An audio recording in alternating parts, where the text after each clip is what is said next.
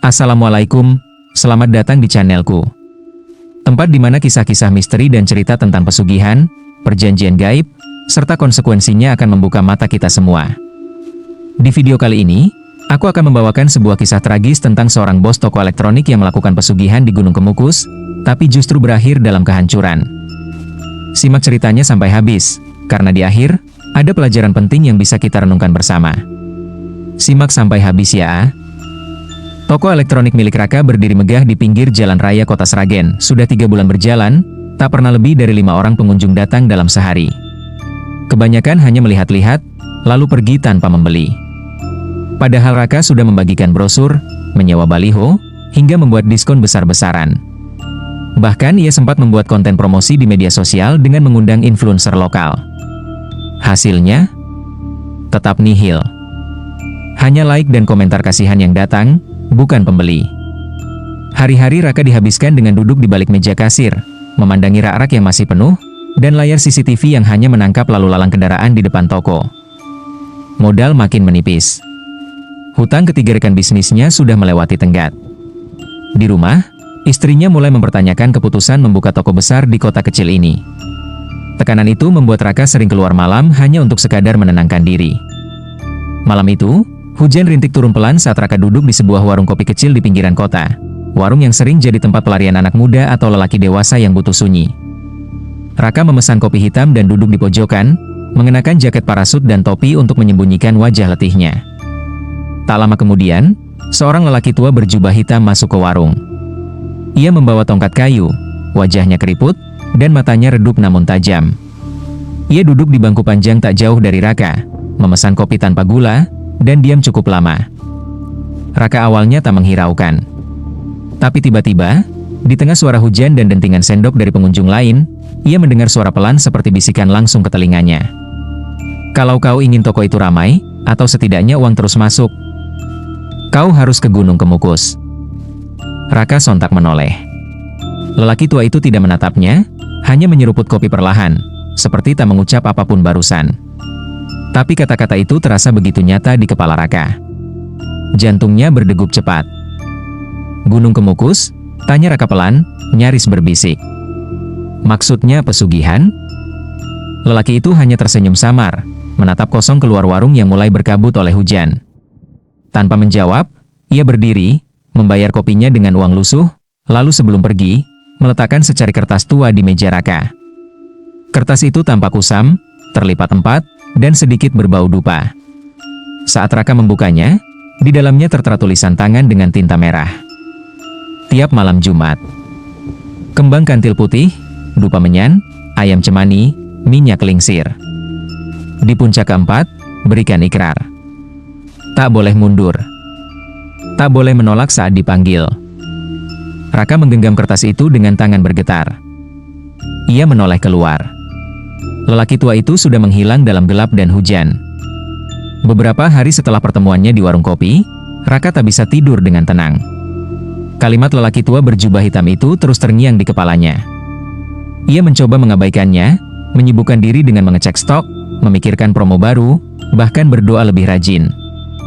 Namun, setiap membuka laci kasir yang kosong, atau setiap kali melihat toko yang hanya dikunjungi 1-2 orang, rasa putus asa perlahan menenggelamkan akal sehatnya. Pada malam keempat setelah kejadian itu, saat hujan baru saja reda dan jalanan tampak licin diterpa kabut, Raka memutuskan pergi ke Gunung Kemukus. Ia tak memberitahu siapapun, bahkan istrinya yang sudah beberapa hari tak bicara dengannya karena frustrasi. Dengan hati yang gelisah dan perasaan bersalah yang samar, ia menyiapkan apa yang tertulis di secari kertas itu.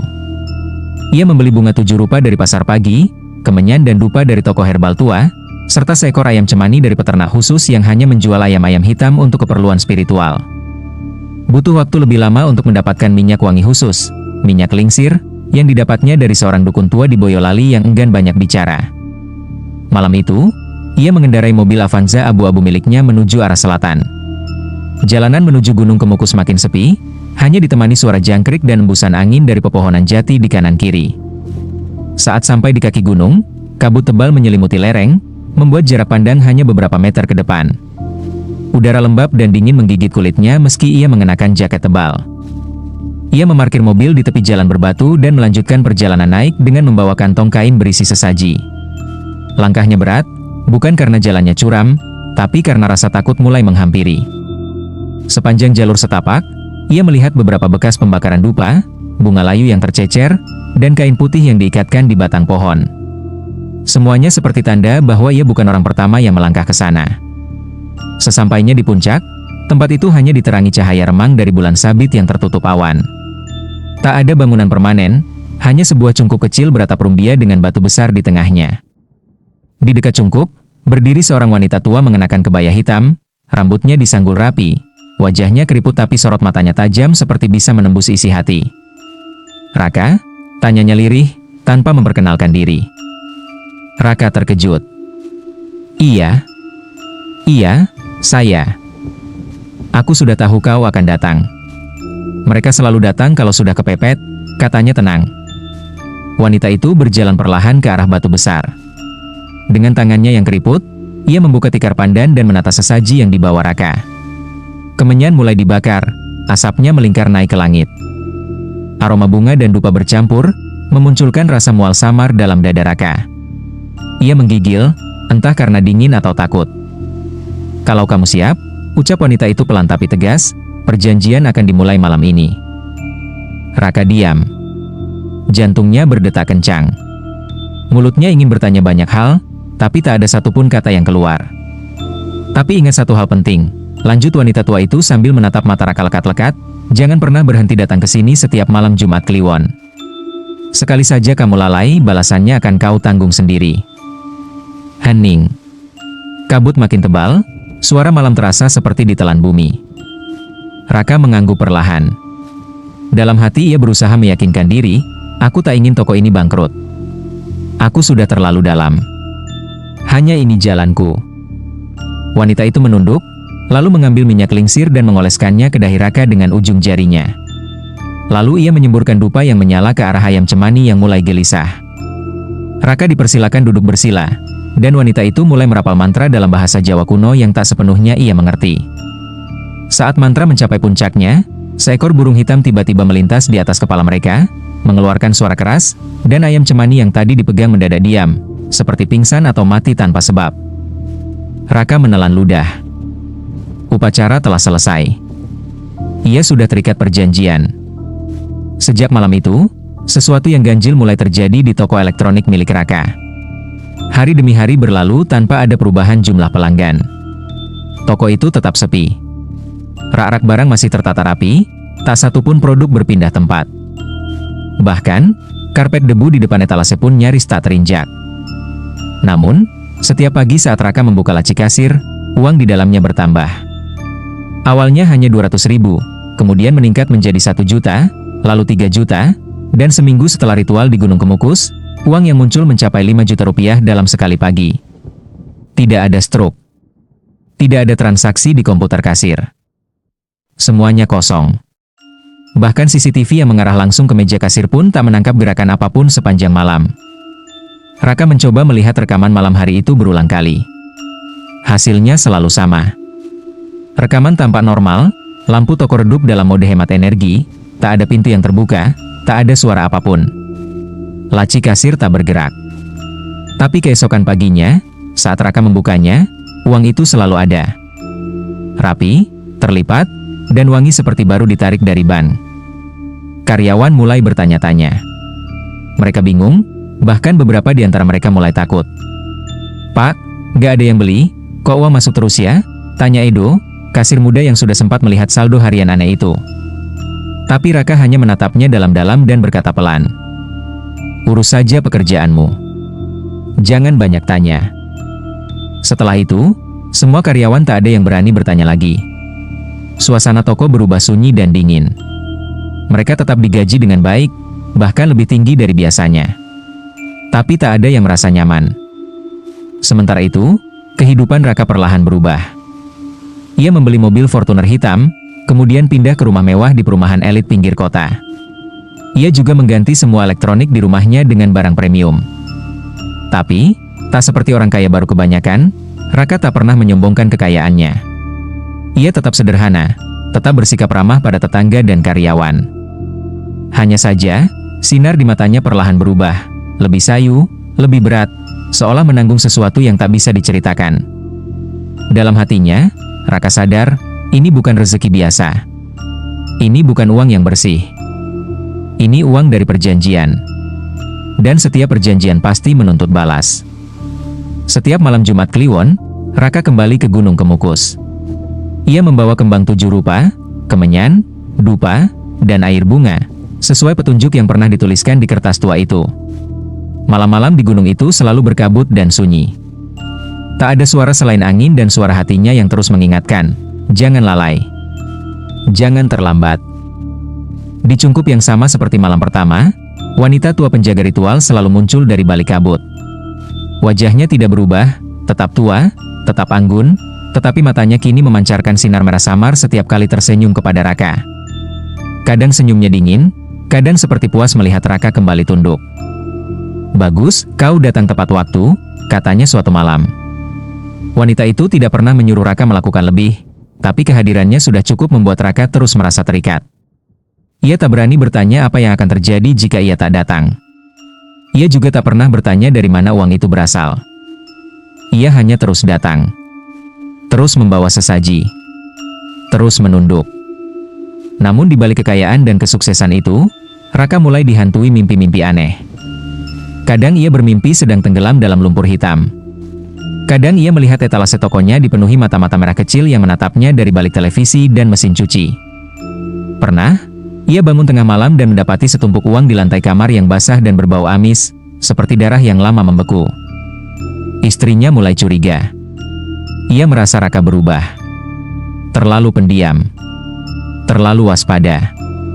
Dan terlalu sering keluar malam hanya untuk menenangkan diri. Tapi Raka hanya berkata, "Jangan khawatir. Semua baik-baik saja." Padahal dalam hatinya, ia tahu tidak ada yang baik-baik saja. Ia hanya sedang menunggu kapan bayaran yang sesungguhnya akan ditagih. Tahun demi tahun berlalu. Raka kini bukan lagi pria penuh ambisi yang dulu membuka toko elektroniknya dengan semangat membara. Hidupnya telah berubah. Ia sudah memiliki segalanya, rumah megah 2 lantai, mobil mewah, tabungan melimpah, dan bisnis yang meski sepi pelanggan, selalu penuh uang. Namun, di balik itu semua, ada kelelahan yang mengendap dalam batinnya. Rasa bersalah yang selama ini ditekan dalam-dalam mulai menguak ke permukaan. Setiap malam Jumat Kliwon, ia harus naik ke Gunung Kemukus, membawa sesaji, menembus kabut, dan bersimpuh di hadapan wanita tua misterius dengan mata merah yang kian hari makin menusuk jiwanya. Hatinya mulai lelah. Raganya pun demikian. Suatu malam, saat hujan gerimis turun, Raka menatap langit-langit rumahnya dari kursi teras sambil menyeruput teh hangat. Angin membawa suara azan dari kejauhan, dan untuk pertama kalinya setelah bertahun-tahun, ia merasa ingin lepas dari semuanya. "Aku sudah cukup. Sudah lebih dari cukup. Untuk apa lagi semua ini? Toh aku tidak pernah benar-benar bahagia." Malam itu adalah malam Jumat Kliwon. Tapi Raka tidak naik ke Gunung Kemukus.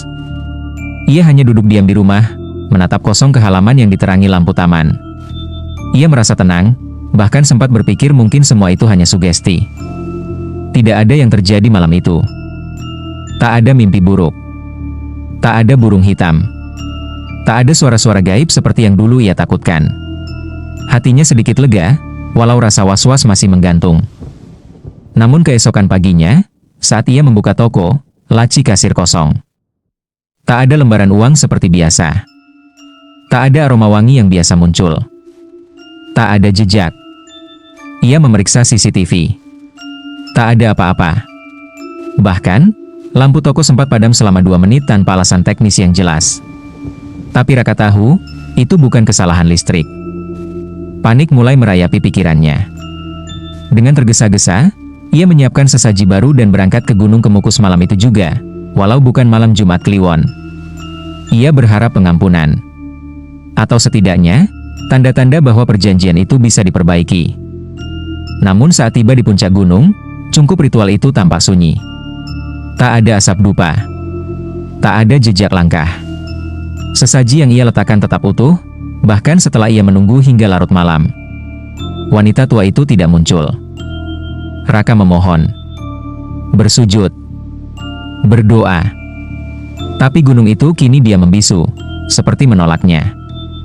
Kabut menyelubung, dingin menusuk tulang, dan angin berhembus seperti mengejeknya yang datang terlambat. Ia kembali seminggu kemudian, pada malam Jumat Kliwon berikutnya. Kali ini, ia membawa sesaji lebih lengkap. Bahkan seekor ayam cemani dibungkus kain putih dengan harum dupa dari rumah. Tapi hasilnya tetap sama. Tak ada yang muncul. Sesaji tetap utuh. Seolah ritualnya ditolak. Panik berubah menjadi frustasi. Frustasi berubah menjadi ketakutan. Dan ketakutan mulai merambah ke kehidupan nyata. Di toko, uang tak lagi muncul. Ia masih membuka toko setiap pagi, tapi hanya duduk diam di meja kasir yang kini benar-benar kosong. Ia memeriksa CCTV berkali-kali, berharap menemukan keajaiban. Tapi tak ada. Angka-angka di rekening mulai turun. Tabungan perlahan menipis. Raka pun mulai menjual barang-barang elektroniknya. Awalnya hanya produk-produk besar yang tak terlalu laku, lemari es model lama, televisi yang sudah masuk gudang.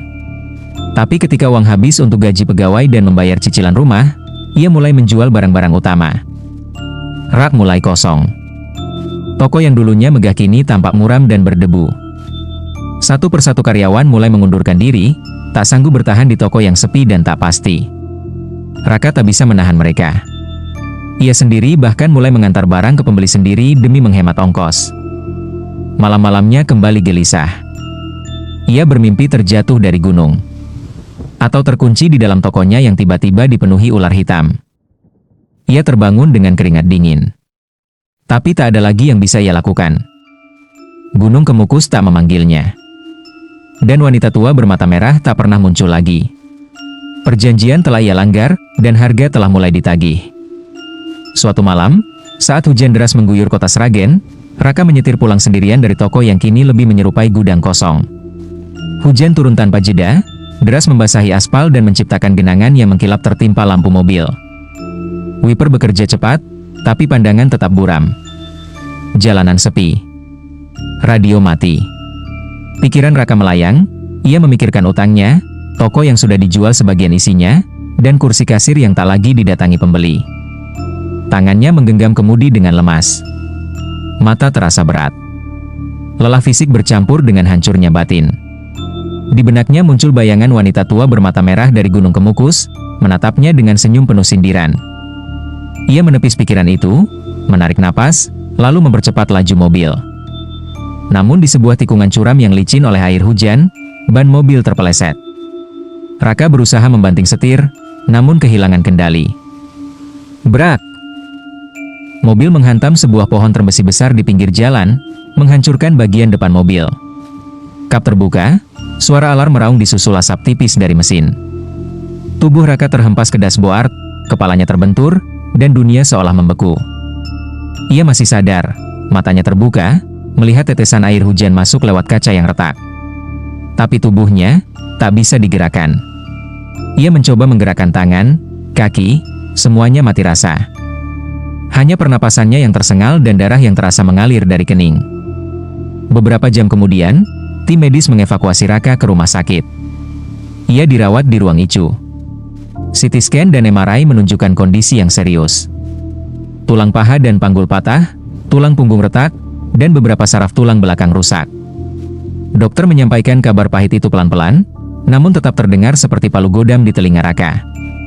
Kami akan coba semaksimal mungkin, Pak Raka. Tapi, kemungkinan besar Anda tak akan bisa berjalan lagi. Sejak hari itu, hidup Raka berubah total. Ia hanya bisa duduk di kursi roda, tak bisa bergerak bebas. Untuk buang air, makan, dan mandi, ia harus dibantu perawat atau istrinya yang setia merawat, meski dengan tatapan mata yang kini tak lagi hangat. Istrinya lelah, meski tak pernah mengeluh. Uang cepat habis. Rumah sakit, terapi, alat bantu, dan biaya perawat menyedot seluruh tabungan. Asuransi tak cukup menutupi semuanya. Raka mencoba berbagai jalan. Terapi syaraf dan pengobatan modern di Solo dan Yogyakarta, gagal. Pengobatan alternatif dari tukang pijat saraf hingga tabib minyak lintah, tak ada perubahan. Paranormal, dukun, hingga orang pintar yang mengklaim bisa menarik kutukan kembali, semuanya omong kosong. Satu bahkan menyebut, Anda sudah diputus. Yang memberi dulu sudah menutup pintu. Tak bisa dibuka lagi. Hartanya ludes. Mobil Fortuner dijual. Lalu rumah mewah itu menyusul, dilego ke pengusaha lain dengan harga miring karena kebutuhan mendesak. Raka dan istrinya pindah ke rumah kontrakan kecil, di pinggir kota, tak jauh dari pasar. Akhirnya, toko elektronik yang dulu megah itu dijual murah, termasuk merek dan papan nama. Kini sudah berubah menjadi toko plastik dan mainan. Yang paling menyakitkan bukan hanya hilangnya harta benda, tapi teman-temannya perlahan menjauh. Dulu, saat ia kaya, banyak yang datang menjilat, memuji, meminta bantuan. Kini, ponselnya sepi. Bahkan pesan-pesan tak dibalas. Undangan reuni tak lagi datang. Grup-grup bisnis yang dulu ramai kini mengeluarkannya diam-diam. Ia bangkrut. Lumpuh. Sendirian. Di kursi roda itu, Raka duduk diam menatap langit-langit kontrakan. Langit tak pernah berubah. Tapi hidupnya sudah terbalik. Raka kini tinggal di sebuah kontrakan kecil. Hidup dari belas kasihan tetangga. Tak ada yang tahu bahwa dulunya ia adalah seorang bos toko elektronik kaya. Ia tak pernah bercerita, hanya termenung menatap langit-langit rumah, mengenang malam-malam ritual di Gunung Kemukus yang pernah memberinya uang tanpa usaha. Aku bodoh, katanya lirih. Kukira bisa membeli keberuntungan tanpa harus bayar mahal. Setiap malam Jumat Kliwon, ia hanya bisa duduk di kursi rodanya, menatap ke arah utara, tempat Gunung Kemukus berdiri jauh di balik bukit dan kabut. Tak ada yang bisa ia lakukan. Bahkan untuk kembali ke sana pun ia tak mampu. Ia mengakhiri hari-harinya dalam kesepian dan penyesalan, berharap waktu bisa diputar kembali, agar ia tak pernah tergoda melakukan perjanjian dengan sesuatu yang tak sepenuhnya manusia. Pesan dari cerita ini adalah, jangan pernah tergiur jalan pintas untuk mendapatkan kekayaan. Setiap rezeki yang tidak halal akan menuntut balas pada waktunya.